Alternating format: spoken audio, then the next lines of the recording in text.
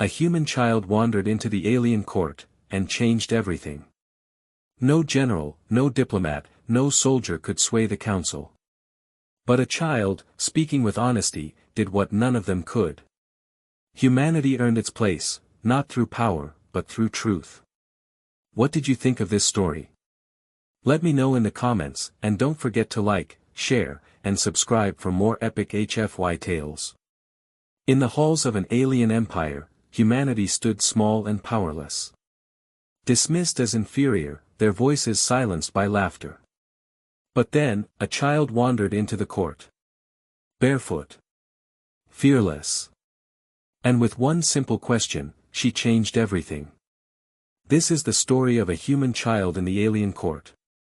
In the grand hall of the Veyari Court, beneath banners woven from starlight and steel, the fate of humanity hung in the balance. Generals, diplomats, and alien lords faced one another across the polished obsidian floor. The humans were outnumbered, their delegation small, their voices drowned by the chorus of alien authority. To the Veyari, humanity was new to the stars, untested, and unworthy. But history does not always bend to power or armies. Sometimes, it bows to innocence. This is the story of how one child changed everything. The Veyari court was vast, pillars that reached like towers into a sky of glass, frescoes glowing with shifting constellations. Every sound echoed, magnified 100 times, as if the building itself judged each word. On one side, the Veyari lords, resplendent in their armor, their robes woven with crystal threads. They spoke with voices that vibrated in the bones, each word layered with disdain. On the other hand, the human delegation, weary from travel, their uniforms plain compared to alien splendor. They came not as conquerors but as supplicants, pleading for recognition, for survival. You ask for equal rights within the council, intoned Lord Kevo, his voice a deep rumble. But what have humans contributed? What worlds have you liberated? What knowledge do you bring? You are but children, clawing at the edges of the galaxy. The human ambassador stood firm, though his jaw clenched. We seek partnership, not conquest. Cooperation, not servitude. Deny us this, and you deny the very principles your council claims to uphold. The aliens laughed, a chorus of cruel amusement that rang across the chamber.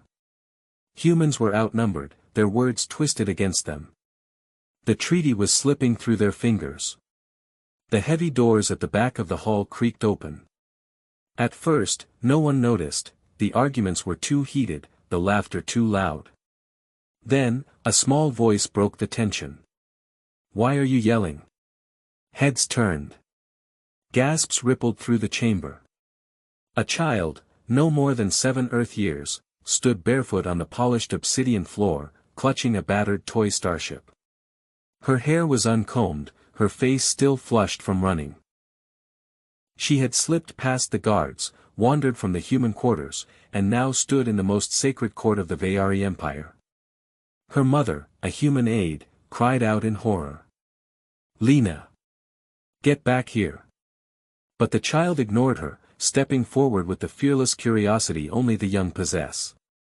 She tilted her head at the towering Veyari lords, unafraid of their glowing eyes or their towering forms.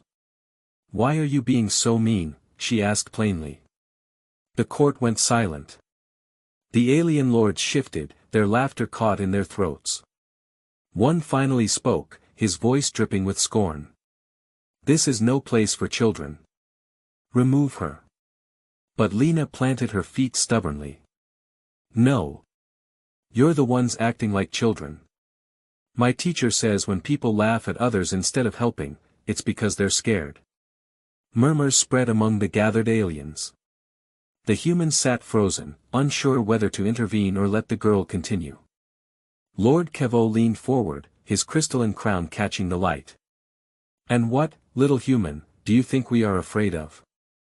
The girl hugged her toy ship tightly.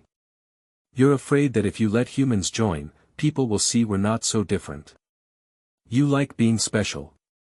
But, you're not. Not really. You bleed. You cry. You're just taller and shinier. The court erupted in laughter, real laughter this time, not cruel but startled, even reluctant. The child frowned. See? You're laughing again. But it doesn't make my words untrue. Silence fell once more. And in that silence, truth lingered, undeniable. The human ambassador rose slowly, seizing the moment. My lords, you demanded proof of humanity's worth. Here it is, not in war, not in conquest, but in honesty. We speak plainly, even when our voices shake. Even our children can see what your wisdom hides. Equality is not given. It is recognized. The chamber stirred. One by one, alien lords exchanged glances.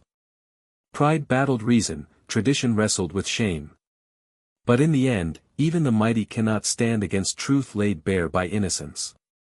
Lord Kevo rose, his towering figure suddenly less imposing.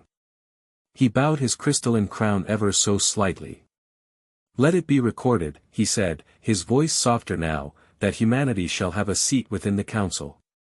Not for their armies, nor their sciences, but because even their youngest can speak truths we ourselves fear to face. The court erupted, not in laughter, but in thunderous applause. The humans, stunned, bowed in gratitude. The mother rushed to scoop her daughter into her arms, tears in her eyes. And so, the treaty was signed. Not because of generals or ambassadors, but because of a child's honesty. History often remembers the speeches of leaders, the victories of armies, and the signatures of treaties. But sometimes, the greatest changes come not from the powerful, but from the innocent. In the annals of the Veyari Council, the moment humanity was granted equality is marked not by politics, but by the voice of a little girl who dared to ask the simplest of questions. Why are you being so mean?